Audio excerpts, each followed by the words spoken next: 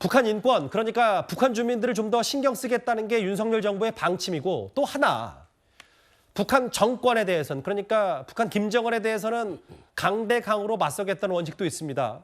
그래서 윤석열 정부 최근 이 인물을 공식 직함을 주고 중요 자리에 임명했습니다. 북한과 1대1로 싸우면 우리가 이길 수 있습니까? 집니까? 전쟁을 하게 되면 결국 북한은 멸망하게 돼 있습니다.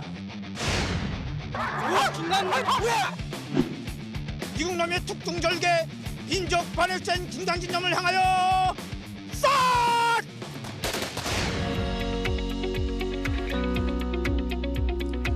위촉장 김관진 국방혁신위원회 위원회 위촉함 2023년 5월 11일 대통령 윤석열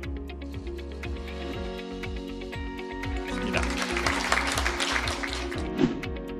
존경받는 군 원로이신 우리 김관진 장관님을 모시고 오늘 이렇게 위원회를 출범하게 됐습니다. 국방 분야를 근본적으로 혁신하는 이 어려운 임무를 기꺼이 맡아주신 김관진 부위원장님과 민간위원 여러분께 깊이 감사드립니다.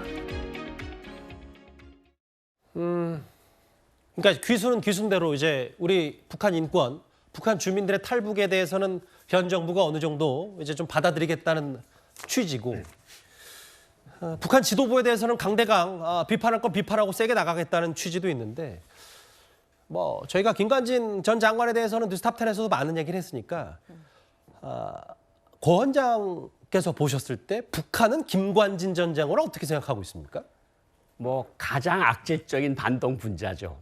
왜냐하면 그 연평도 포격 사건이 있을 때 김관진 장관이 여러 가지 이야기들을 했던 것들을 북한이 다 알고 있거든요.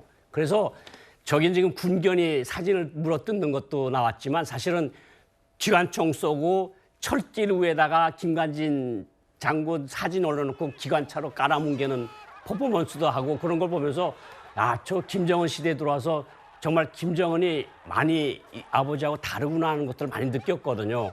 그러니까 북한에 대해서 뭐 좌고우면하지 말고 도발하면 무조건 갚아주라 이런 게 김관진 장군의 기본적인 논지 아닙니까? 예. 그러니까 김관진 장군이 비행기에 미사일을 싣고 이제 평양에 3일 후에 이제 그 연평도 사건 3일 후에 이제 그 공군 전투기들을 띄웠는데 예. 북한에서 그런 통신이 잠겼다 그래요. 저도 들었는데 적들이 지금 도발해 오고 있으니까 절대 응하지 말라. 그러면서 쭉 들어간 거거든요. 그러니까 북한도 어느 정도까지는 용인이 되는데 용인된 선을 넘어서 우리가 강경하게 나오면 이게 자기네도 위험하다는 걸 아니까 예. 그 대표적인 인물이 바로 김관진 장군이다. 근데 김관진 장군이 이번에 국방혁신위원회 부위원장이 된 걸 보면 예. 북한에서 또 무슨 퍼포먼스를 할지 무슨 일을 갈지 두고 봐야 할 일일 거라고 생각합니다. 그러면 그러니까 결국은 6년 만에 다시 돌아왔고 이게 김관진 전 장관에 대해서 그냥 무서워만 한다 혹은 싫어하는 것도 같이 있다 뭐 여러 가지 좀 해석들이 많아서 북한으로서는 어떤 행동도 취할 수도 있고 실제로 이거에 대해서 북한 당국의 뭐 군 노선이라든지 이런 것도 좀 바뀔 수가 있는 거예요? 뭐 그거는 크게 뭐 윤석열 정부 대통령이 하는 거니까. 근데 어쨌든 북한이 개별적인 논평이나 이런 것으로 굉장히 강력하게 대응할 그 가능성은 있어 보이는데 예. 그렇다고 해서 김관진 장군이 군사혁신위원회 위원장이 됐다 그래서 부위원장이 됐다 그래서